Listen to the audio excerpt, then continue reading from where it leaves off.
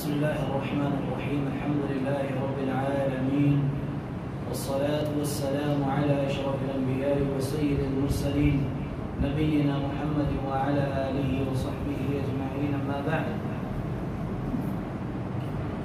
قال الله جل وعلا في كلامه المجيد: أعوذ بالله من الشيطان الرجيم.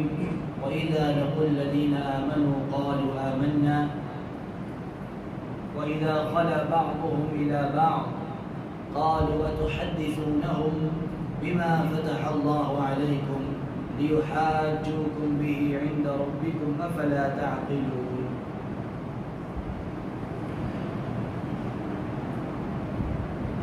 سورہ بقرہ کی 72 نمبر آیت کریمہ سے آج آغاز کریں گے. اللہ رب العزت نے اس آیت کریمہ میں ارشاد فرمایا: وَإِذَا لَقُوا الَّذِينَ آمَنُوا قَالُوا آمَنَّا. جب وہ ایمان والوں سے ملتے ہیں تو کہتے ہیں کہ ہم ایمان لائے. وَإِذَا خَلَا بَعْضُهُمْ إِلَى بَعْضٍ. جب آپس میں ملتے ہیں ایک دوسرے سے تو کہتے ہیں، ایک دوسرے کو کہتے ہیں کہ مسلمانوں کو وہ باتیں کیوں پہنچاتے ہو جو اللہ نے تمہیں سکھائی ہیں، تمہیں بتائی ہیں. کیا جانتے نہیں کہ یہ تو اللہ تعالیٰ کے پاس تم پر ان کے لیے حجت ہو جائیں گے. اس آیت کریمہ کا پس منظر یہ ہے کہ یہود منافقوں جیسا رویہ رکھتے تھے. جب کسی کے سامنے آتے تو ویسے بن جاتے، ایمان والوں سے ملتے تو ایمان والوں جیسا رویہ اختیار کرتے، ایمان والے بننے کی کوشش کرتے. اور جب ان سے دور ہوتے، ایمان والوں سے الگ ہوتے اور آپس میں اکٹھے مل کر بیٹھتے تو ایک دوسرے سے کہتے کہ وہ باتیں مسلمانوں کے سامنے نہ کیا کرو جو اللہ نے تمہیں بتائی، چھپا کے رکھا کرو. اگر مسلمانوں کو وہ باتیں پتہ چل گئیں تو اللہ کے ہاں قیامت کے دن وہ بطور دلیل اور حجت تمہارے خلاف پیش کریں گے. کہ ان کے پاس ایک بہت بڑی حجت ہو جائے. اب وہ کون سی باتیں مراد ہیں؟ وہ باتوں سے مراد جو آپ صلی اللہ علیہ وسلم کے بارے میں پیشن گوئیاں کی گئیں پہلی سابقہ کتب میں. تو یہود تورات میں جو اللہ کے رسول کی پیشن گوئی کی گئی کہ ایک آنے والا آخری نبی ہے جس کا نام احمد ہوگا، تورات میں بھی خوشخبری موجود ہے، زبور میں بھی موجود ہے اور انجیل میں بھی موجود تھی. تمام سابقہ کتب میں آپ صلی اللہ علیہ وسلم کی بعثت کا ذکر موجود تھا اور قرآن کے آخری کتاب ہونے کا ذکر بھی موجود تھا. تو یہود جب آپس میں مل کر بیٹھتے تو وہ کہتے کہ یہ والی خوشخبریاں جو ہماری کتابوں میں ہیں یہ مسلمانوں کو نہ بتایا کرو، یہ ان سے چھپا کے رکھا کرو. اگر مسلمانوں کو پتہ چل جائیں گی تو دنیا میں بھی مسلمان تمہارے سامنے دلیل کے طور پہ پیش کر سکتے ہیں کہ یہودیت تمہاری اپنی کتاب میں لکھا ہے کہ ایک آخری نبی آنے والا ہے، ایک آخری کتاب آنے والی ہے، اس پہ ایمان لانا ہے. تو ہم پھنس جائیں گے، ہمارے پاس کوئی جواب نہیں ہوگا. اور اسی طرح قیامت کے دن بھی یہ مسلمان اللہ کے سامنے یہ بات پیش کریں گے تمہارے خلاف. اس لیے تورات میں جو خوشخبریاں ہیں، جو پیشن گوئیاں ہیں، ان کے بارے میں یہود کہتے تھے کہ انہیں چھپا کر رکھا کرو مسلمانوں سے. اب کیا ان کے چھپانے سے حق چھپ سکتا تھا؟ نہیں چھپ سکتا تھا. کیوں؟ کیونکہ وہ خوشخبریاں، وہ پیشن گوئیاں سابقہ کتب میں کس نے بیان کی تھی، کس کی طرف سے آئی تھی؟ اللہ رب العزت کی طرف سے نازل کرتا تھا.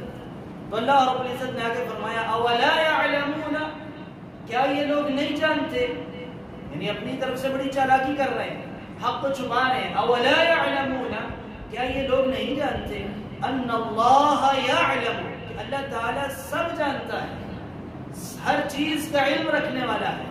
ما یسرون وما یعلنون. جو یہ لوگ چھپا رہے ہیں اور جو یہ لوگ اعلان کرتے ہیں، جس بات کو ظاہر کرتے ہیں اور جس بات کو مخفی رکھتے ہیں، اللہ رب العزت ان کے بارے میں ہر چیز جاننے والا ہے. تو اللہ تعالیٰ نے وہ پیشن گوئیاں نازل کی تھی، ان کے چھپانے سے چھپ نہیں سکتی۔ اللہ رب العزت سب جانتا ہے، یہ جتنا چاہے چھپا لے، اللہ تعالیٰ جانتا ہے حق کیا ہے، وہ لوگوں کے سامنے حق کو واضح کر کے رہے گا۔ اور اسی طرح قرآن پاک میں بے شمار آیات اللہ تعالیٰ نے ایسی نازل کی جن میں پھر اللہ تعالیٰ نے یہ خبر دی کہ یہ قرآن جو ہے یہ اللہ کے رسول صلی اللہ علیہ وسلم کے بارے میں، یہ جو نبی آیا ہے آخری نبی بن کے، رسول بن کے، اس رسول کے بارے میں بھی اور اس قرآن کے بارے میں بھی پچھلی کتابوں میں خبر موجود تھی۔ تو مسلمانوں کو ان کے چھپانے کے باوجود بھی اللہ رب العزت نے قرآن میں یہ بات نازل کر کے بیان کر دی، واضح کر دی۔ تو حق بات کسی کے چھپانے سے چھپ نہیں سکتی۔ اس سے یہ سبق ملا اس آیت کریمہ سے کہ جو گمراہ لوگ ہوتے ہیں بعض اوقات انہیں حق پتہ بھی ہوتا ہے اور بعض اوقات ان کی اپنی کتابوں میں بھی حق بات لکھی ہوئی ہوتی ہے، لیکن وہ عام لوگوں کے سامنے بیان نہیں کرتے، وہ عام لوگوں سے چھپاتے ہیں۔ جیسے مثال کے طور پہ ہندوؤں کی کتابوں میں بھی بے شمار ایسی باتیں لکھی ہوئی ہیں کہ جن سے یہ اشارے ملتے ہیں کہ آپ صلی اللہ علیہ وسلم کے نبی ہونے کا، اللہ کے رسول صلی اللہ علیہ وسلم کی والدہ کے بارے میں اشارے ملتے ہیں، پیشن گوئیاں ملتی ہیں ہندوؤں کی مذہبی کتابوں میں۔ لیکن کیا ہندو کبھی یہ بات کھل کے بیان کریں گے اپنی عوام کے سامنے؟ نہیں بیان کریں گے، وہ چھپائیں گے۔ تو ہر گمراہ طبقہ، گروہ حق بات کو چھپاتا ہے جو اس کے مفادات سے ٹکراتی ہے، جو اس کے مفادات سے ٹکراتی ہے۔ مثال کے طور پہ ایک قبر پرست آدمی ہے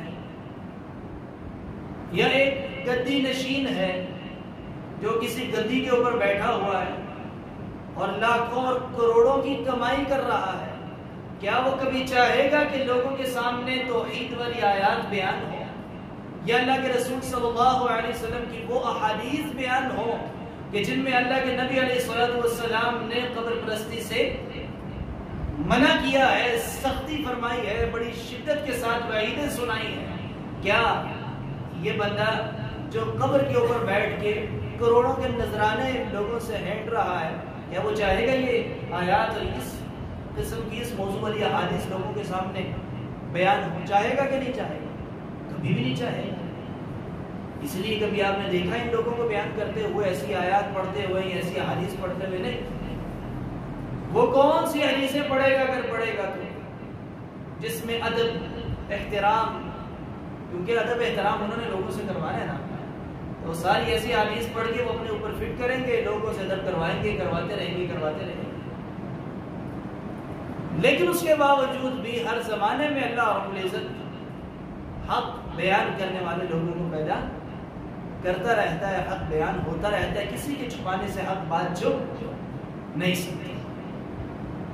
تو اللہ تعالیٰ نے فرمایا اولا یعلمون ان اللہ یعلم ما یسرون وما یعلنون، کیا یہ لوگ نہیں جانتے کہ اللہ تعالیٰ سب جانتا ہے جو یہ چھپاتے ہیں اور جو یہ اعلان کرتے ہیں؟ تو وہ چھپاتے تھے پیشن گوئیاں، اللہ تعالیٰ کہتا ہے میں وہ بھی جانتا ہوں، ان کے چھپانے سے چھپتی نہیں، اور جو اعلان کرتے ہیں یہ یہود، میں وہ بھی جانتا ہوں۔ اعلان کیا کرتے تھے؟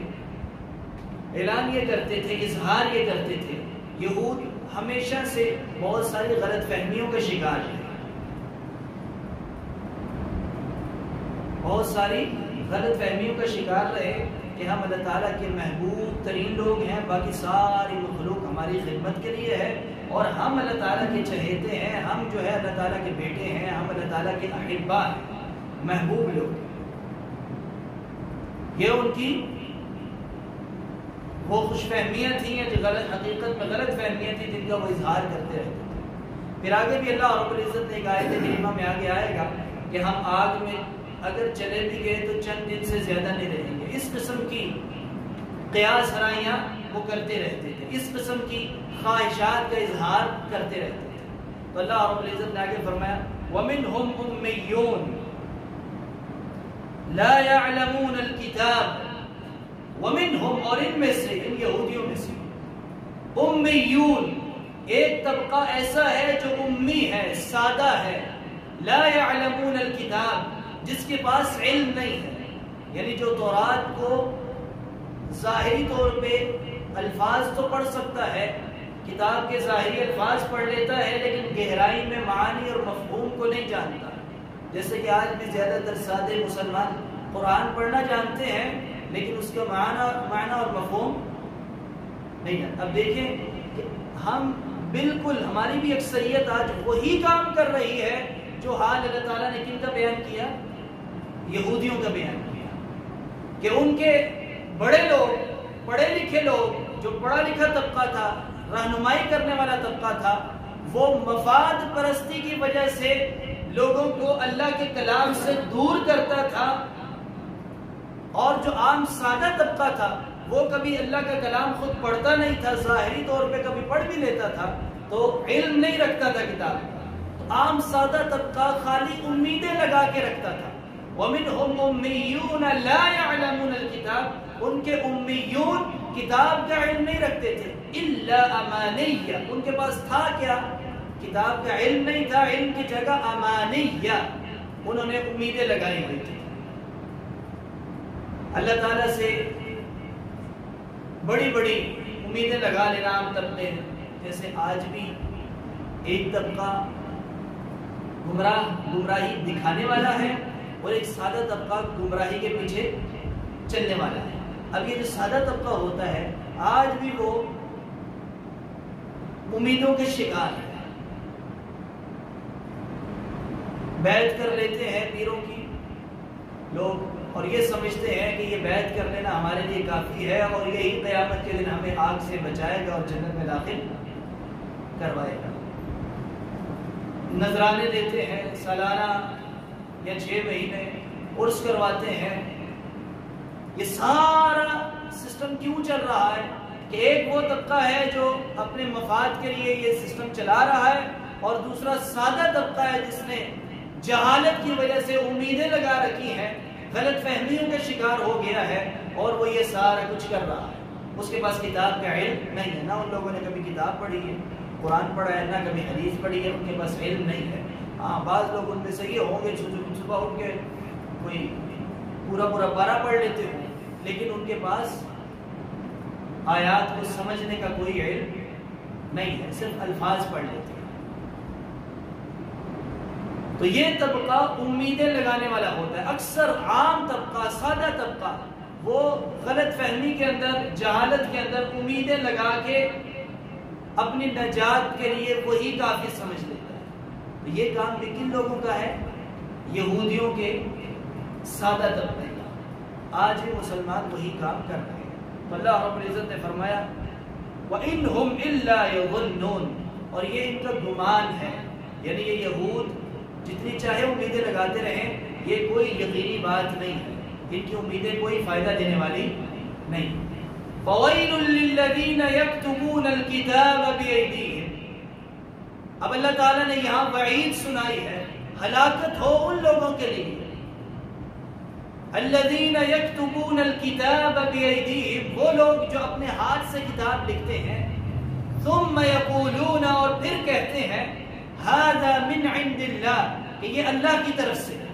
اپنے ہاتھ سے لکھ کر اسے کس کی طرف منسوب کرتے ہیں؟ اللہ کی طرف منسوب کرتے ہیں. ایسا کرنے والوں کے لیے فویل، ویل کہتے ہیں ہلاکت اور بربادی. اب اس آیت کریمہ میں اس طبقے کی طرف نشاندہی کی گئی ہے، اشارہ کیا گیا ہے کہ یہود کے جو پڑھے لکھے لوگ ہوتے تھے وہ اپنی طرف سے مسئلے گھڑتے تھے اور لوگوں کے سامنے بیان کرتے تھے اور کہہ دیتے تھے کہ یہ کس کی طرف سے ہے؟ اللہ کی طرف سے. جس چیز کو چاہا حلال کر کے عام بندے کو فتویٰ دے دیا، جس چیز کو چاہا حرام کر کے عام بندے کو فتویٰ دے دیا. اپنی طرف سے حلال و حرام کے فتوے گھڑ کر عوام کو دیتے تھے اور کہتے تھے کہ یہ اللہ کی طرف سے ہے. اللہ تعالیٰ نے فرمایا ایسے لوگوں کے لیے کیا ہے؟ ہلاکت ہے، بربادی ہے. لِيَشْتَرُوا بِهِ ثَمَنًا قَلِيلًا، اور یہ کیوں کرتے تھے؟ انہیں کیا تکلیف تھی کیوں اللہ اپنی طرف سے مسئلے گھڑ کے اللہ تعالیٰ کی طرف منسوخ کرتے تھے؟ ان کا کیا فائدہ تھا اس سے؟ لِيَشْتَرُوا بِهِ ثَمَنًا قَلِيلًا، تاکہ وہ کچھ کما لیں اس سے. ثَمَنًا قَلِيلًا، ثمن کہتے ہیں قیمت کو، معاوضے کو، قلیلہ تھوڑا معاوضہ حاصل. اب کیا وہ واقعی تھوڑا کرتے تھے؟ جتنے لوگ آپ ذرا غور کریں گمراہی پھیلا رہے ہیں، کیا وہ معاوضہ تھوڑا لیتے ہیں یا زیادہ لیتے ہیں؟ تھوڑا لیتے ہیں کہ زیادہ لیتے ہیں؟ بعض لوگ صحابہ کرام کے خلاف لعن طعن کرتے ہیں اور ایک ایک مجلس کے کتنے پیسے لیتے ہیں؟ کتنے پیسے لیتے ہیں؟ لاکھوں روپے لیتے ہیں کہ نہیں لیتے ہیں؟ ایسے ہی تو قرآن پاک میں اللہ تعالیٰ نے تھوڑا معاوضہ کیوں کہا ہے؟ جبکہ ہم دیکھتے ہیں تو قبر پرستی کے کا جا کے حال دیکھیں، جو گدی نشین بیٹھا ہے وہاں تو کروڑوں پہ کروڑوں کمائے جا رہے ہیں. تو تھوڑا معاوضہ کیوں کہا گیا ہے؟ کیونکہ آخرت کی رشوت بہت تھوڑا ہے.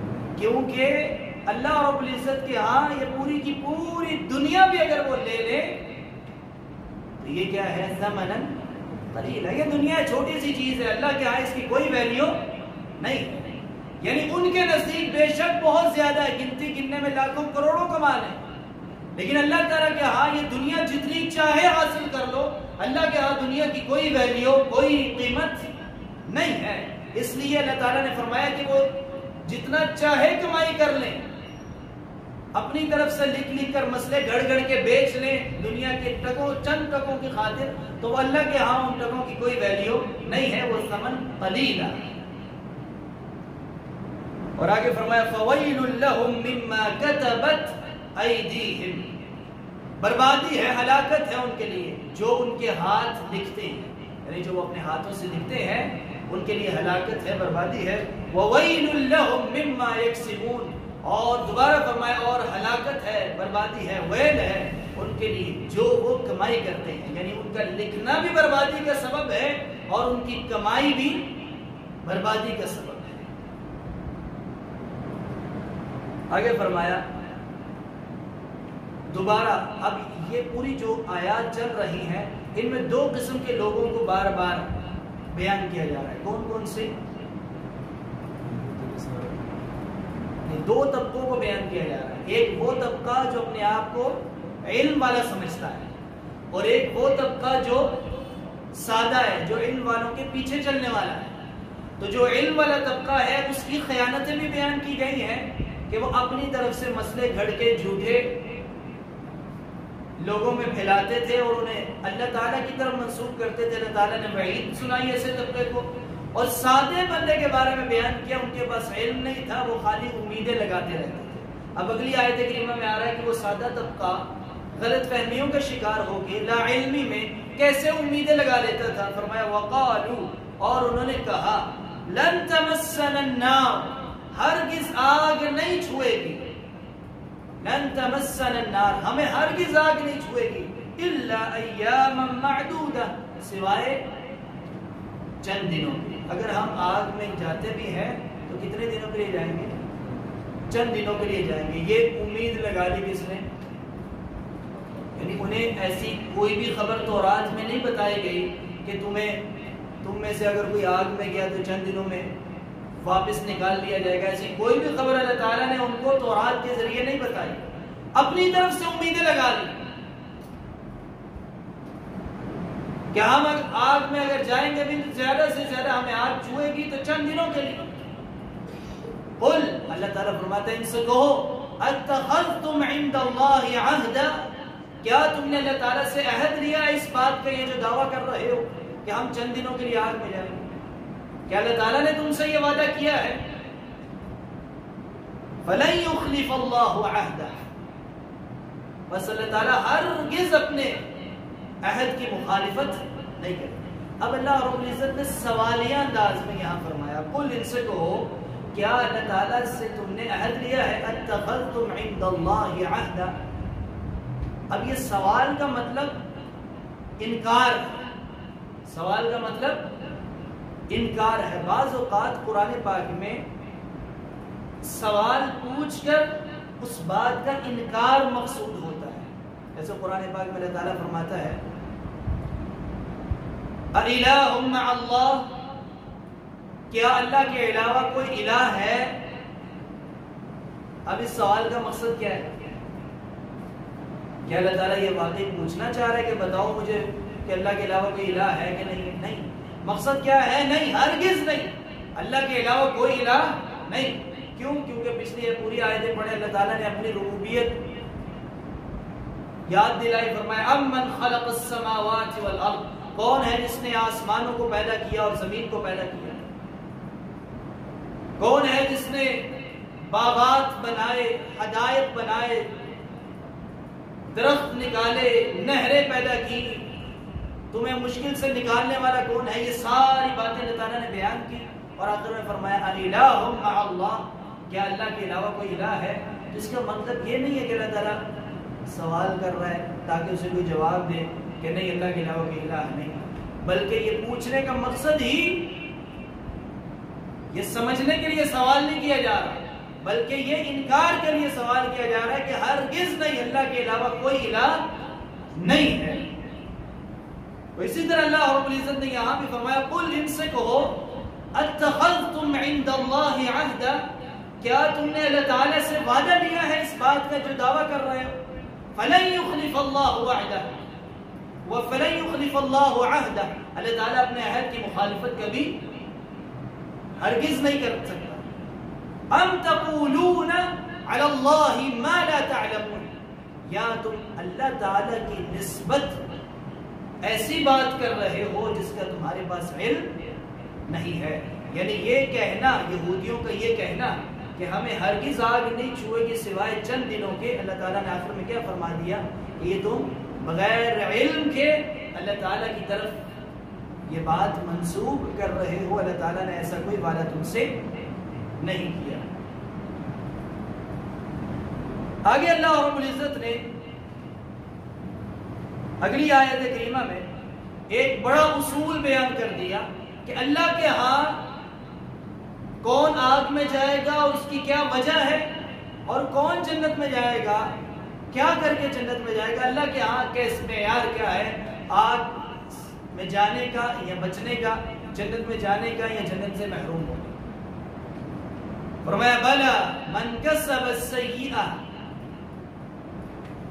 بلا یقیناً من کسب سیئہ، جس نے سیئہ برائی کمائی، جس نے برے کام کیے، برائی کمائی، وَأَحَاطَتْ بِهِ خَطِيئَتُهُ، اور اس کی خطاؤں نے، اس کی برائیوں نے اسے گھیر لیا، فَأُولَئِكَ أَصْحَابُ النَّارِ هُمْ فِيهَا خَالِدُونَ، تو یہ وہ لوگ ہیں جو اصحاب النار ہیں، آگ والے ہیں، ہم فیہا خالدون، اور وہ ہمیشہ اسی میں رہیں گے۔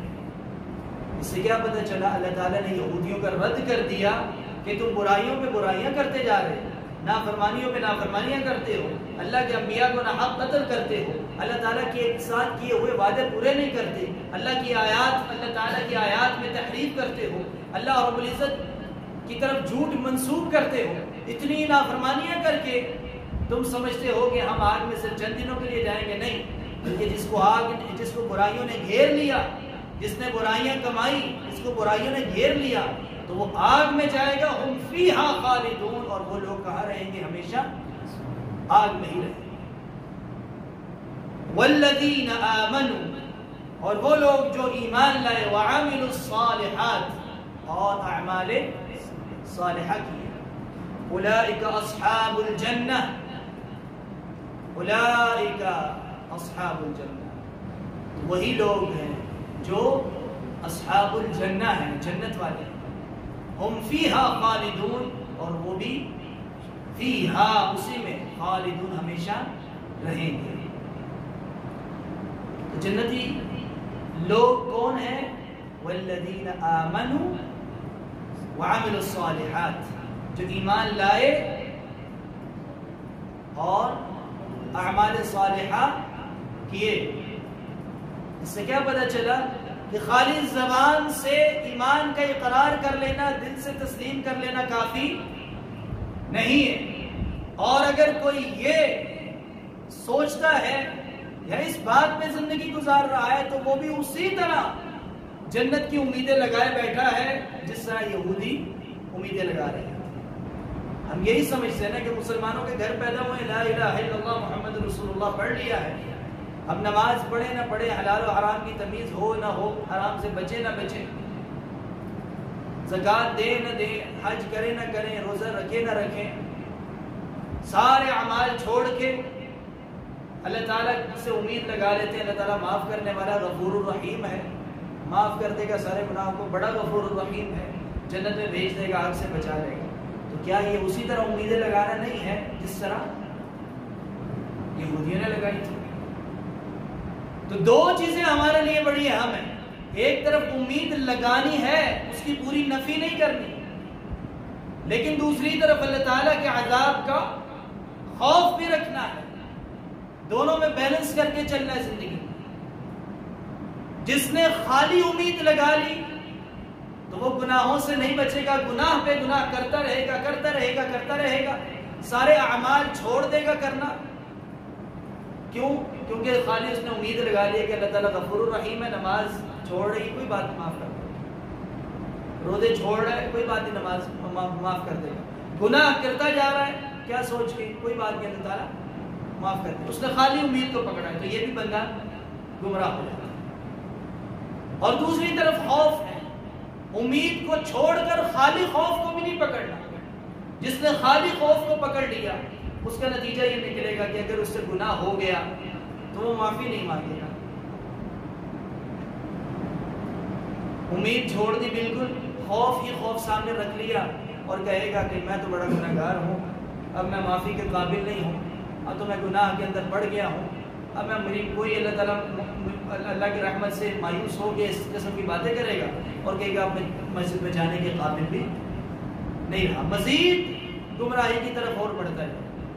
تو امید اور خوف یہ دونوں چیزوں کو ساتھ لے کر زندگی گزارنی ہے. جب ایک طرف ہمیں خوف ہوتا ہے اللہ کے عذاب کا، بار بار ہم جہنم کا ذکر پڑھتے ہیں، جہنم کی آیات پڑھتے ہیں، ہمارے دل میں اللہ تعالیٰ کے عذاب کا خوف پیدا ہوتا ہے، تو نتیجہ یہ کیا نکلتا ہے کہ ہم بے شمار حرام کاموں کو چھوڑ دیتے ہیں. اللہ تعالیٰ نے حرام کاموں کا ذکر کر کے ان کی وعیدیں بتائی ہیں کہ نہیں بتائی؟ قرآن پاک احادیث میں بھی بتائی ہیں. جب ہم پڑھتے ہیں فلاں حرام کام کرنے سے یہ عذاب ملے گا تو وہ عذاب کا ذکر سن کے ہمارے دل میں خوف پیدا ہوتا ہے اور وہ حرام کام ہم چھوڑ دیتے ہیں.